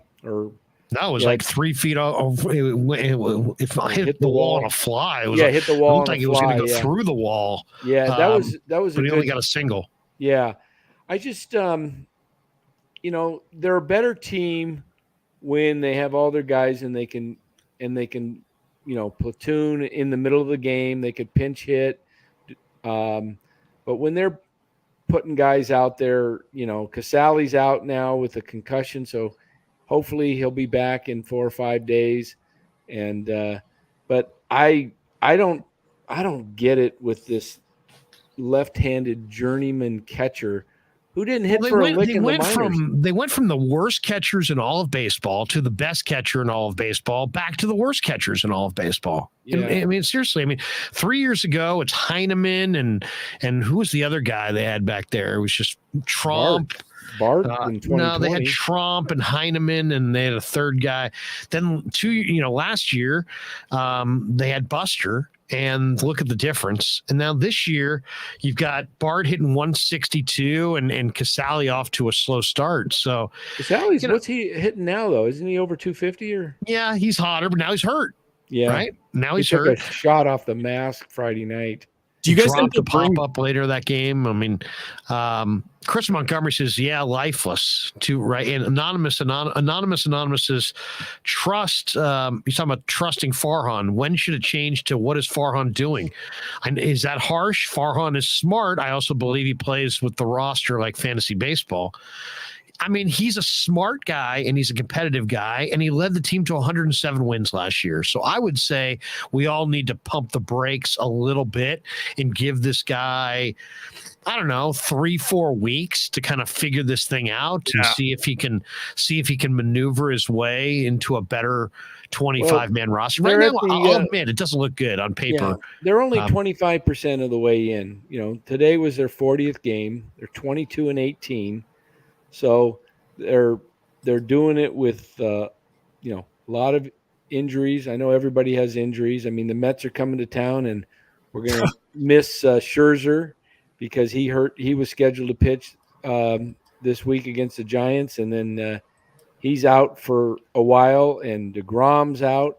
So they're not going to get the Mets. I know Bassett, I think, is pitching in this series, but the Mets are a tough team, So they've got to take 2 out of 3, because then they go on the road and they've got a long road trip. But they can get healthy on this road trip coming up too, because they got Cincinnati. The only thing about that though, Danny, I agree with you. They could, but those are live yards, and in live yards like that, guess what? You better score some runs. Better score some runs because it's a launching pad. Cincinnati is a really live offensive yard, so you can't roll in there and score 2 runs and win. Yeah. You're going to need your 6 or 7. Tony D said, I had to turn the Giants off today. It was boring. Oh, I did non-competitive, but I'm trying to relax. Thank you, Tony. We'd all trade 3 Giants, losing 3 to the Padres for the Dubs to be up 3-0. I feel like. Yeah, I'll take the Dubs up 3-0. I'm not worried about the Giants. I mean, right now you're not worried or you're distracted. Wait, are we talking? Is Donovan Walton going to be the shortstop replacement to give rest for Crawford now that there's no Devon? Well, they're going to have to bring him up. Yeah, he's not up right now. The Giants are 22-18. They're 5 games behind LA. LA is rolling right now. I'll tell you the other thing. The Dodgers today, though, Larry? No, did they lose finally? Do you see how the Dodgers lost today? No, I didn't. I know they won like 7 in a row coming in. Let me pull it up and see if I can. It was. But I'll tell you what bothers me as well as you're looking that up is that the Padres are 17-7 on the road. San Diego's doing it on the road.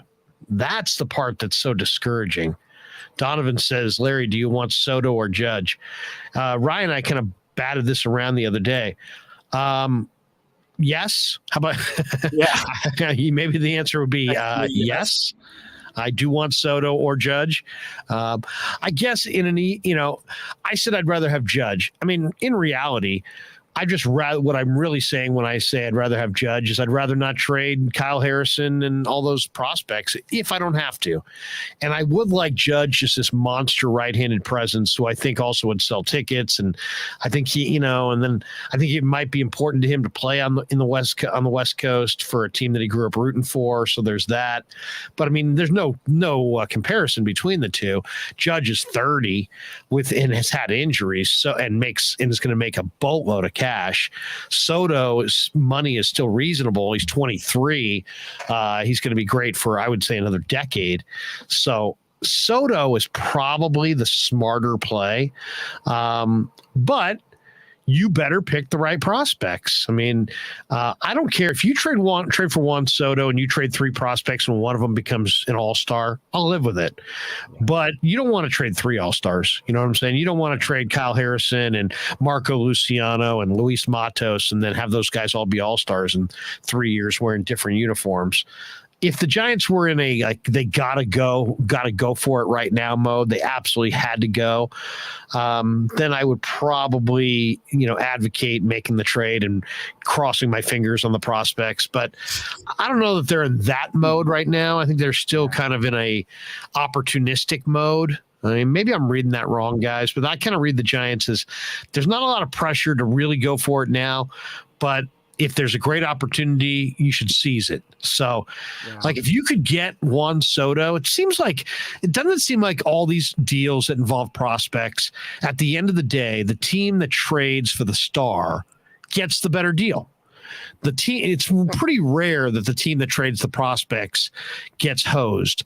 Why? Because you wind up trading like one premier guy in your top 10 or top 5, and then like one guy in your top 15, and then one guy in your top 35. So you're really trading like one premier guy. So, I mean, if that were the structure again, man, I would make that deal in such a heartbeat. But I got to think the Nationals, I got to think there's probably not a lot to that rumor. I can't believe that the Nationals, who just won the World Series, play in a major market, they're dying to get rid of Juan Soto. I don't buy it. I don't buy it. Let me, I'll say this. Do you guys buy that? I don't think they're dying to move him. I read today that they want to keep him, for the year, and we'll see what happens. Here's the deal with Harrison. I think Harrison. I was looking at Mad Bum's stats in the minor leagues, and he was 19 when he came up with the Giants, 19 or 20, right? And he only had a couple of years. He moved pretty rapidly through the minors. I think Harrison will move to Double-A soon. And then next year, he'll be in Triple-A, and I think he'll get called up some point next year. That's the schedule that Mad Bum was on out of high school. And Harrison is dominating at every level so far, lower rookie league, low A, and now high A. So my only concern with Harrison, Danny, is the arm slot. And when I say that, it's like if you watch Bumgarner throw from that arm slot, it was smooth, very smooth, very not a lot of torque, a lot of deception, very, very smooth. When you watch Kyle Harrison, it's a little bit more like Chris Sale. It's also from a lower arm angle, but there's more whip. There's more. It's not smooth. There's a little bit more strain there. So I'd be concerned a little bit about any pitcher whose arm slot's that low about long-term elbow injuries. That would be my concern. Yeah. And that would be why I would like if somehow you could make a deal involving Juan Soto and ultimately let's say that was the top guy is Harrison, I would do it. Just because I think Harrison might make it, but I wouldn't be shocked if Harrison, and I'm not trying to put the hex on the kid. He's a local kid. I'm literally sitting a half mile from De La Salle. I've got many friends who send their kids there. I know the baseball coach personally. I'm not rooting for this kid to fail or get hurt. I'm just looking at him going, he's like 3/4 arm slot. The elbow's really low. He's throwing high 90s. He's got a breaking ball that's pretty nasty. I don't know. I could see him making it and then winding up with some kind of elbow problem early in his career because of the low arm slot. Maybe I'm wrong, but that's what, that would be my concern with him. Well, the thing with the Giants is if you can trade for a superstar like Juan Soto, you got to do it because they can get pitchers to come to Oracle. It's a pitcher-friendly park, so you can get free agents all day long. But trying to get a superstar here, very difficult. So if you could trade for him and then sign him to a big contract, heck, I'd say here's the $500 million, 10 years at $50 million. In 5 years, $50 million for a guy like him is going to be like worth $60 million, So I don't, and the Giants have the money. I mean, especially if they're got all these prospects that they're building around, you need a couple of stars and, he'd be your Barry Bonds. I mean, I'm not saying he's going to hit 760, but he's going to be today's star that the Giants have not had.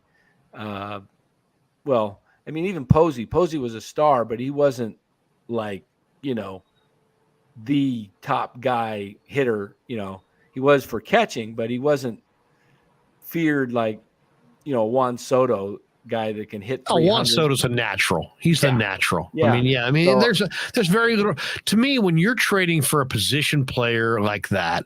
There's not a lot of risk. Not a lot of risk. I'd be perfectly content to sign him to a 10, 12-year contract. Oh, absolutely. And not think twice about it. Yeah, not at all. Hey, GTC Reels guy says, wow, the Giants' last championship was 8 years ago. Can you believe that? Isn't it funny how fast time flies sometimes? Yeah, 2014, 8 years ago was the Giants' last title. It does feel kind of like they're maybe because they have some of the same players on the team, but doesn't it feel like it wasn't that long ago? 2014. Yeah. No, next year is the first Warriors title, right? Yeah. The Warriors have yet to lose a Western Conference playoff series since then. So anonymous. The Dodgers' last championship was 35 years ago. Yeah, 1988. I was on Twitter on a Dodgers deal the other day, and they said, they were saying something about which championship or something was the best, or this or that, which Dodger team was the best, 2017, 18, 19, 20, or 21, and all this. And these guys are putting, they put 2018 asterisk, trash can, for the Astros banging trash cans. So I responded 2020 asterisk. And I got so much crap from all these Dodger fans, and I just kept responding back 2020 asterisk like 5 times, and these guys just kept coming back. And are you not going to give 2020 as a legitimate title? I don't personally like it. I don't like 60-game schedule. I mean, they were the best team that year, yeah, but I wasn't into the baseball. No season. crowds. No crowds. I mean, stupid. Anonymous. 2020 does not count. I think it counts. I think it counts. It counts in the record books, but to me, it literally meant nothing. Even if the Giants had won, it would have felt. You know what it felt like? What I tell Dodger fans, I say, once you tasted the real thing, you can't go to, cheap imitation. It just doesn't feel right. If the Giants had won in 2020, would you have been like euphoric? No. Chris Montgomery says the Giants won 3 titles last year by doing the Dodgers title math. Come on, guys. I think you got to give LA their title. Let me ask you this: Would you? It was a bubble title, but it was still a title. Yeah, but would you have felt like euphoric if the Giants had won in 2020? I'll tell you what, all my Lakers friends weren't that stoked about the title for them. It was a crappy year. I would have counted it. Hey, listen to this, Dodger. Watch this. Let me describe what happened today. The Dodgers were up 2-1 in the bottom of the 9th, 2 out, nobody on. And Nick Castellanos hits a double down the left field line. And Dave Roberts runs out to the mound because the next guy coming up, trying to remember who it was a lefty. Schwarber. Schwarber. And he walks him. And he puts him on base. And the next guy, Segura, comes up. First pitch, hits it into left field. Castellanos scores the tying run, 2-2. They go to the 10th. The Dodgers get 1. And then in the bottom of the 10th, JT Realmuto is on second base with to start the inning. And they hit a ground ball to shortstop. And Realmuto, he holds at second. And the shortstop kind of was playing over toward the bag at second base. And he had to go into the hole, grabs it, and Taylor throws to first. And on the throw, Realmuto goes and dives into third base and is safe. And the runner is at safe at first as well. So you got first and third, nobody out. But on the throw to third, it was really close from Freeman from first base to third. And Justin Turner, does this little league thing and acts like he's running down the left field line like he didn't have the ball, like the ball got away from him. And Realmuto tries to run off third, and Turner tags him out. And it's like, oh, my goodness. He baited him, huh? He baited him? He deked him. Yeah. Wow. And so it's like man on first, and now 1 out. Next guy's 2 out. And it's like, oh, crap. The Phillies are going to lose. The Dodgers are going to. So next guy hits a base hit to right, and this kid, I can't remember his name on the Phillies, starts with an S. Good looking. Bryson Stott.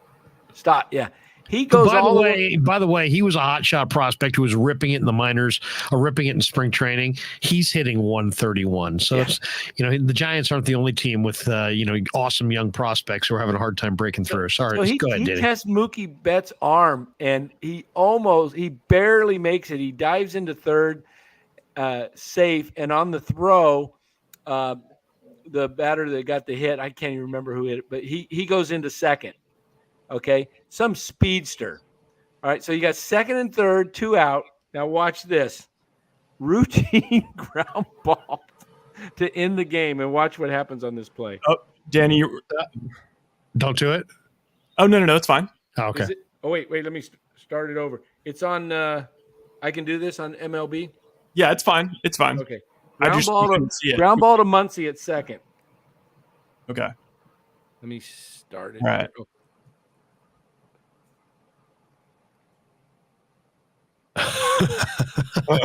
Couldn't happen to a nicer guy. And the guy from second dives in and scores, walk off. Beautiful.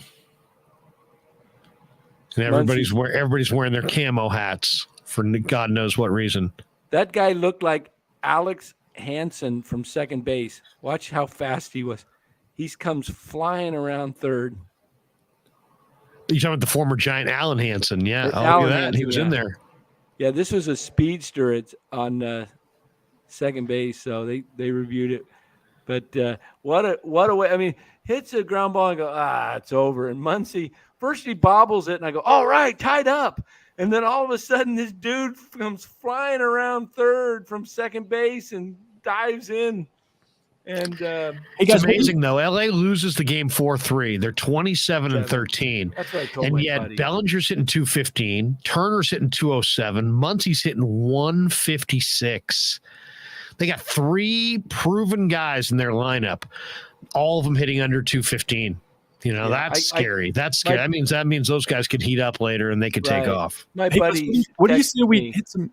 What do you say we hit some ads real quick, because we're really rolling, and let's do it. We'll do this. We'll take a brief break here for just a second. We'll tell people about the great Dan Coach Emilio and Telmetrics.co, and we'll be right back after this. Larry Krueger here for Telmetrics. Thanks to Casey Bateman and the good people at Telmetrics. If you're an occupational therapist, if you're an orthopedic surgeon, a chiropractor, a physical therapist of any kind, Telmetrics is designed for you to use in your practice and will greatly benefit your patients. Telmetrics uses computer vision and artificial intelligence and provides a platform for outpatient rehab therapy services, both in the clinical and the telehealth environments. So using Telmetrics can improve your patient's experience and much more. So for all your sports injury needs, or if you're a physical rehabilitation specialist of any kind, make sure you use Telmetrics.co, Telmetrix.co. And thanks to Casey Bateman and all the good people at Telmetrics for being a proud sponsor of the Krueg. I'd like to thank our sponsor, Dan Coach Emilio. Dan is a buddy, and he is a phenomenal retirement planning specialist. And you can contact him today at securemoney.com or at his number, 925-628-9966. There's a lot of uncertainty in our world right now, and you want to make sure that your money is secure. That is the key. Danny's got 25 years of experience, born and raised right here in the Bay Area, and he can help you get an immediate 10% premium bonus on your principal retirement account. So give him a call, 925-628-9966. He'll make an appointment with you, and you can sit down. It's not a one-size-fits-all kind of a deal. He'll consult with you and come up with a strategy to get you going to where you want to be. Once again, 925-628-9966, securemoney.com on the web. And thanks to Dan Coach Emilio and all the people at Secure Money for being proud sponsors of the Krueg Show. All right, and welcome back to the Krueg Show. Larry Krueger, Dan Coach Emilio, Ryan Smith with you after considerably after Giants baseball, but also after Warrior basketball. If you're just tuning in, Golden State beat Dallas in Game 3. Golden State with the commanding 3-0 series lead going into Tuesday night. Can they finish them off Tuesday night and have plenty of time to rest up for the NBA Finals? We will find out a couple nights from now. So we've been talking a lot of Warriors. We've been talking a lot of Giants. 49er George 365 is making a $19.99 donation. Says 3-0, Larry Krueger, isn't it great? Been loving all the content. Thank you. Hey, 49er George, we appreciate the donation. I like that picture there too of Ray Wershing. There you go. Ray Wershing, Cal, one of the former Cal Bear, great Niner kicker for years and years and years. But 49er George, we appreciate that you are loving all the content, and we promise that we will deliver nothing but top tier content going forward. And we appreciate you for joining the Krueg Show and being part of it tonight. Couple other things here. This is interesting. This one from Jaguayo 56, $5. He says donates $5. Says Krueg, what pisses me off is that the Dodgers have the same attitude like the freaking Rams. Spend, spend, spend. Let's be bold and do a Barry Bonds type of trade. Well, Barry Bonds was never traded. So what is a Barry Bonds type of trade?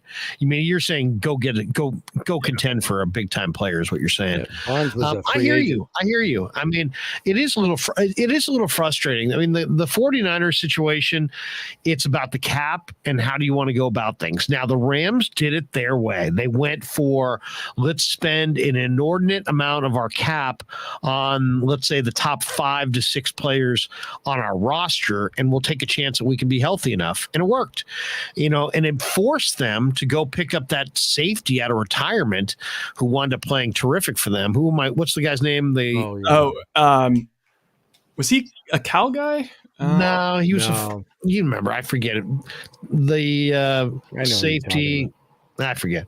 But they picked him up, and he made a couple big plays down the stretch, both in the Super Bowl, and he played well against the Niners in the NFC Championship game, and he made a huge play. What's that? Eric Weddle. Eric Weddle. Thank you. So, it's a little, so that was their deal with the devil, that they basically were going to pay, Donald and Ramsey and Stafford and Von Miller and invest at the top of their thing and then just hope that they could fill in with guys off the street. And they made it work. Les Snead and Sean McVay made it work. Now, I like the Niners approach, which is build the deepest roster you possibly can. Why? Because I've seen teams win the Super Bowl when they have like 20 guys on the injured list. It's the NFL. And I just really believe that you need depth. So I'm okay with the 49ers going the depth route. But with the Giants are in an interesting spot because last year, guys, and I don't know how you guys feel, but I just kind of felt like the 107 they were ahead of their time. Like they weren't, nobody was banking on them to be competitive last year, but they were. And so in my mind, I thought this was going to be a year where they were a little bit more all in on the 25-man roster at the major league level because they got Belt and they got Crawford and they won 107 last year. And they've got some guys, their core is kind of ready to win now. And they got a lot of guys with World Series rings. So if they got into October, maybe they could make hay. But and who knows how Farhan will wind up playing his hand of cards. I get the feeling that he will continue to maneuver.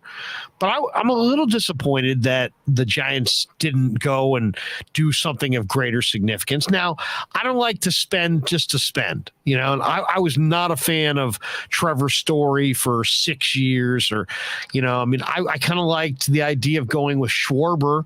Schwarber's hitting 203. I would have loved to see Nick Castellanos. Castellanos got a monster deal to go to Philadelphia. But, I'd like to see the Giants pivot and, be a little bit more aggressive than just wait for Marco Luciano. You know what I mean? I to me, there's too much momentum. There's too attentive of a fan base to wait around for just an A-ball prospect who may take 3 more years. Give me your guys' thoughts on the Giants and how they approach this year. I think we've talked about it, right? It seems like we're a little ahead of schedule. Like we're still in the process of building up our farm system. But that said, we don't make a move this year. We have to make a move next year. I feel like we have to sign somebody of note. It was fun at the beginning of the year when we said Jock Peterson. Wow. Looks like we made the right call. But, it would be nice to have a guy that starts every day in the outfield that we can just rely on, home runs. And I'm looking at their payroll. They've got 1, 2, 3, 4, 5, 6, 7, 8, 9, 10, 11, 12, 13 guys under $1 million. Even Logan Webb is only making $730 this year. So 13 of their guys are under $1 million. Brebbia's at $837. Their top guy is Rodon at $21.5 million. Next year, their total payroll right now is $154 million, just under 155. Next year, it's down to 104 is what they're committed to. And in 2024, $25.5 million is all that they have on the books. So Farhan, with the young people coming up, may have his eye toward a Soto or, even if he doesn't trade for him because he becomes eligible after the 24 season, I think, for free agency. Do you think he's ever going to get there? That's my only question. Is something about Farhan and the way he's going about things makes me feel like he enjoys this, like he likes the maneuvering around of the 25th man. And I think you're right, Danny. I think you've handicapped it spot on that they have as the prospects graduate to the big leagues, they're going to need fewer players to really come out of free agency, and then they can invest big dollars in 1 or 2 great players to potentially push them over the top. I just don't know if they're actually going to do that. It's hard. I guess today, until I see him maybe consummate one move like that, it it's pure speculation. You know what I'm saying? It's like it kind of makes you wonder. Now, anonymous says, "How about Seiya Suzuki? Did they go after him?" I think we have every reason to believe that they really wanted him and pursued him. Tony D says they were in on Suzuki, but he and his wife like Chicago more because of the city.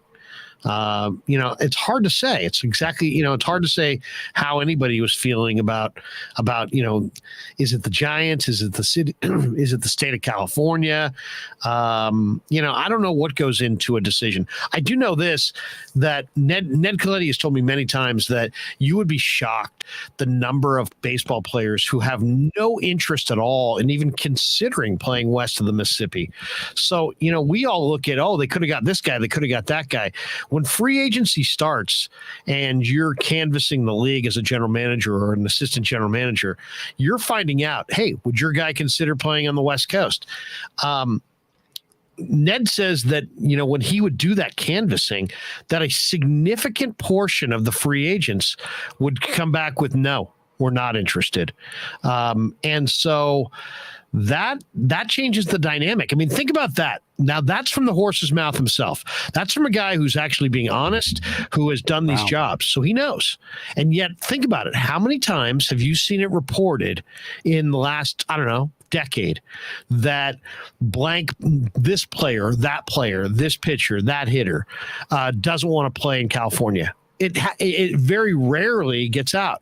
It almost never gets out. So my point is just that there's an internal dialogue between general managers and agents that never finds its way to the surface publicly. And people are always assuming that the Giants didn't sign these players because they just didn't want to offer money. A lot of times it's the player's agent saying, you know what, don't save your time, save your breath, save your cash. My guy's not living west of the Mississippi. So, and everybody's got their own reason for it. Family, climate, taxes. If you're coming from a different country, maybe, living in Florida is closer to that country. I mean, there's all kinds of different angles as to why somebody wants to live in the Eastern time zone. We love it out here. We're out here. But just, you hardly ever hear about it. And yet the people that have done those jobs tell me that it happens every year. There's a list of guys who are like, yeah, don't even bother. Don't even call, because I'm not going to really listen to your offer because I don't want to live out there. You know what I'm saying? If you live in Miami and your family's in Miami, living in San Francisco is probably, like living in Europe. Even the Dodgers, like that's what everyone I think in the chat is saying is like, well, what about the Dodgers? Is LA different or? No, I mean that's a guy who wants to be paid, and there are people that want to live in Los Angeles that don't want to live in San Francisco. I mean, it's a different climate. I mean, it's a warmer climate. It's a different city, different personality to it. But it is still California. You're still dealing with the same taxes. Yeah. So, I mean, and from that standpoint, it's exactly the same. So it'll be interesting to see where the Giants go as far as building up this thing. Somebody in the chat, was it Matthew Mears, said Larry needs some Claritin. It's funny. I don't have a cold at all, but I do have I've never had allergies ever, but in the last 4 or 5 days, I don't think I've ever sneezed as many times as I've sneezed. And I just, he's absolutely right. I mean, I'm just out of nowhere. I'm just there. I'm just all clouded up. I take that Claritin all the time. Yeah. Yeah. Romo 2001 donates $5. He says, Larry, do you fear Luciano, Matos, and Ramos go, do you fear Luciano, Matos, and Ramos go the same way as Bart? I would rather trade prospects for players who have proven MLB ability. Well, I'll say this, Romo, it's a great question. I can remember sitting in the office of Ned Colletti, talking to him and Brian Sabian, and Ned saying, oh, yeah, Jesse Foppert, wait till you see this kid. He takes your breath away. Baseball America at that point had him as the highest rated prospect in the game. in the game, not in the Giants system, in the game. He was right there. He might not have been 1, he might have been 2, but he was definitely top 5 in the game. And, when I saw him the first time, I was like, what? How could this even be the same guy? They were saying he's 97 and 99 with the fastball, and he's got 3 strikeout pitches, and he's, this power arsenal. And then I watched him, and I'm like, I saw a right-hander who kind of threw across his body, who neutralized a lot of his velocity, and was throwing like 91, like 89 to 91.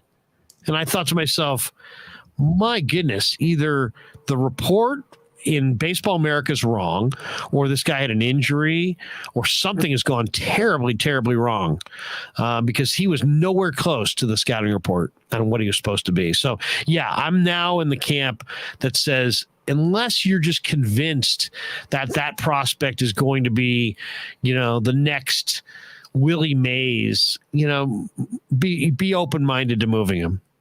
Yeah, there's another prospect that the Giants were really high on, another pitcher. I don't even know if he's in baseball anymore. I'm looking him up in Baseball Reference, and that's Ray Black. I don't see him. He threw 100 miles an hour. He got traded for to Milwaukee for Dubon. He was part of that deal with Dubon. Yeah, and he went with him and the other Pomeranz, Drew Pomeranz, and Ray Black for Dubon, and now Dubon's an Astro. I don't even see him in 20. He's not even in the big leagues in 21 or well, Ray Black had a lot of arm problems in the minor leagues, so I would not. That's another reason. It's like if a guy's got arm problems in the minor leagues, how many guys have arm problems throughout the minor leagues and then don't have recurring injuries in the majors? It's got to be a low number. Me and a buddy of mine, we talk about this because we're old schoolers, and guys like Gibson and Ferguson Jenkins and Marichal.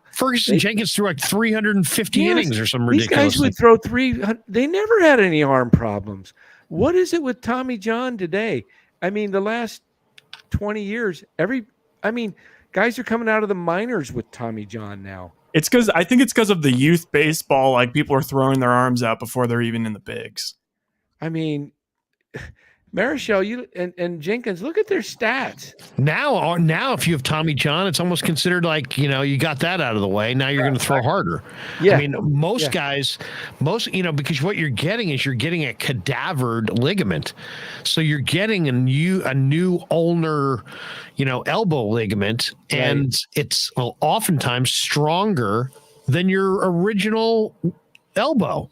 Yeah. So you could make an argument that the Tommy John surgery has been perfected to the point where you're actually upgrading yourself. Yeah. You're actually improving your chances of making it. Now, but then there's a big cutoff there, because then when you get to guys who have multiple Tommy Johns, that's when they start going, oh, no, it doesn't happen.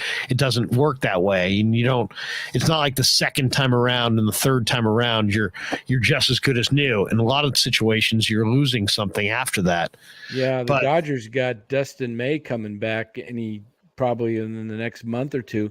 The guy was throwing 98, 99 before Tommy John, and he sat out all last year. So he's had some wicked stuff.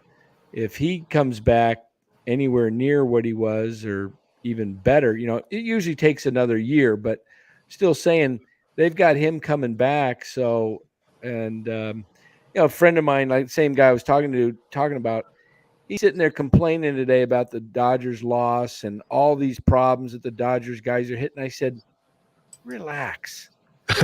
You have to relax on them. 7-13. I mean, relax. You're 27-13, and you're whining about a loss after a 7-game win streak. Anonymous says, didn't B. Weezy have 2 Tommy Johns? I believe he did. There you go. B. Weezy, Brian Wilson. Matthew Mears says, you're absolutely correct. It's true, Larry. It's like a new and improved arm. I mean, think about that. I mean, I remember watching a video on, those baseball seasons, and it was the year that Tommy John, basically blew out his arm.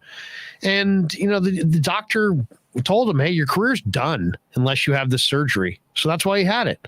And he had no idea if it was going to work or not work. And it's been perfected. I mean, think about this. It's amazing. Before, like, there was in the NFL draft, the Michigan defensive end, David Ojabo blew out his Achilles in the draft lead up. So he had an Achilles injury in the lead up to the draft. That typically is over a 1-year injury rehab. He went in the second round. Jeez. He didn't go in the 5th round. So, I mean, that's where we're at, the miracle of modern medicine. Guys blow out an Achilles. That used to just be like career ender. I mean, like, you're never going to have the mobility you had before. I can remember how Dan Marino was immobile, and then when he blew out the Achilles, he was a statue. Now, corners, receivers, guys who have to operate with these short, explosive movements and in small areas against athletes, they'll blow out an Achilles. They're right back. Now, it might take some time to rehab, but it's no longer like, oh man, the Achilles. Oh. That's your career is dangling by a thread. No, it's not the way it is anymore. I think Tommy John surgery should not be named Tommy John surgery. I think the Dr. Frank Jobe should sue for the rights to that. I mean, look at it. This guy's the genius that comes up with the surgery, and because Tommy John's the one that had it, he gets the name after it. And Frank Jobe's the guy that's invented it. Exactly. If I'm Frank Jobe, I'm calling it the Jobe probe from the rest of my life. I want that name back. By the way, I highlighted Kelt's Chronicles. What's up, fellas? Do you know he called in tonight? He was in on our show. Do you know why Kelt's is giving us the what's up, fellas? Does anybody have an idea? Rich was on our live stream when we were doing the game. Danny, show. Do you know why Kelt's Chronicles could be just out of nowhere going, hey, what's going on, guys? Yeah, give me my shirt, man. Because he picked the winner. Kelt's Chronicles with the 5th pick overall went with Justin Thomas in the inaugural Krueg Show PGA Championship draft. Kelt's, how are we gonna get Kelt's his Krueg Show T-shirt? Oh, he's already sent. I got his email. You've already communicated. Oh yeah, he popped in on our live stream. He's got a full professional setup. It's pretty crazy. He's got a nice room, man. He's got a 49er, beautiful room of 49er paraphernalia in the back. More professional than any of us. Yeah. Kelts. Is he local? Is he NorCal? Yeah, Vallejo. Kelts, way to go, bro. We're sending you the T-shirt. Wear it proudly. And guess the reason why he picked Justin Thomas? Is he related? No. I don't remember. His middle name, Kelts, is Rich. I think his first name is Rich, right? I believe. Rich, if that's not your first name, please correct me. But his middle name is Thomas.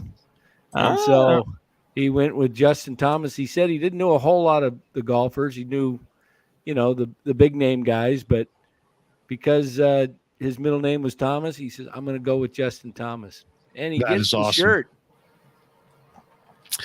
All right, guys, we're going to call it quits right now. We could go to midnight, but you know what, you guys, I'm going to do this for you guys because Rye and Danny, for those who don't know, while we were all watching the game on the couch, Danny and Rye were doing a live stream in game, and before we call it quits for the night, how would you guys evaluate the job that you guys did, and how was it fun? Was it exhausting? Was it easy? Was it difficult? What was the challenge like of being live for all 4 quarters during the basketball game outside? By the way, can we play Danny's highlight one more time? Yeah. I mean, that was awesome. My 11 to go. Gonna have to find it. Over to Curry. Curry slows it down, crosses over the half court line. He's going to drive to the hoop again. He kicks it out to Wiggins. Wiggins drives, goes in for a monster slam. Oh no! They're calling an offensive foul. No way. Way. Wait, I haven't seen the dunk yet, but that sounded sick. That was I a sick I brought your slam. I'm dad- telling you. Wait, He wound what? up. Who else Wait. was on the broadcast with Where's you the guys when that foul? happened? What? It was just us two. Oh! They called that an offensive foul. That's the Review that. most shocking. Review that. That is Review so that, please. shocking. Oh, his arm. He didn't pull it. He didn't push him away. I think they must have thought that he used him to get up that much. Let me see. It looks like it's going to No be reviewed. way! So It's a Danny's challenge. description Coach's was challenge. Monster Slam, right? Monster like- Slam. Yeah. Yeah, Wait, right up there with He's Dave challenging Fleming. to get to see I'm that gonna- replay. I'm going to rewind that and look at it. I think they must have thought that. Wait, Crosses I over the wish you had half-court gone line. boom shakalaka. He's going to drive or to the hoop something. again. He kicks it out to Wiggins. Wiggins drives, goes in for a monster slam. Oh no! They're calling an offensive foul. No way! I brought your dad into the room. Look behind you. Oh, that is Screaming. awesome. Oh man! Yeah, You Carlo know, P. That's Fleming-esque. I think all Giants fans know what was exactly really what that hard is reference the is first about. The first half, we're watching the game, and I'm trying to see what's going on, and Ryan's got it on streaming, and I've got it on live, and so I had to go back about 40 seconds because he was behind me, and it was like, and then we had the scoreboard in the up on the screen, and you kept seeing the score pop up before.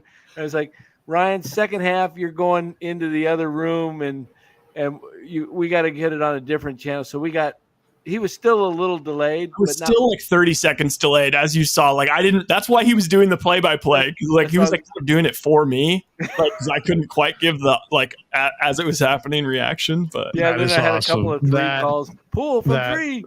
That is that's awesome. great calls. Wait a second here. One I want to get to here, and Kelts. Kelts says, "I appreciate y'all. I will definitely represent the Krueg shirt properly. Your Bay Area sports talk legend. Thank you, Yee. Hey, you know what? We appreciate you, and we're glad that you participated in the in our PGA Championship draft from the other night, guys. That's going to do it for us. Let's do it. Let's get you guys out of here a little bit early because it's been a long night. For did we get to all these? Oh, wait a second, we didn't get to these. We got a couple people have donated here, huh? Krug, why do the Dodgers get players? That's Jaguayo 56 donating $2, and then this one is Romo 2001. He already read that one. Would you rather trade prospects for players who have proven MLB ability? So a lot of good comments in the chat, a lot of fun stuff. I hope everybody's enjoying the Krueg Show channel and all the different things we're doing here. Kelch Chronicles says, that was an awesome call, Dan. I instantly said to my wife, man, I wish I was still on the show.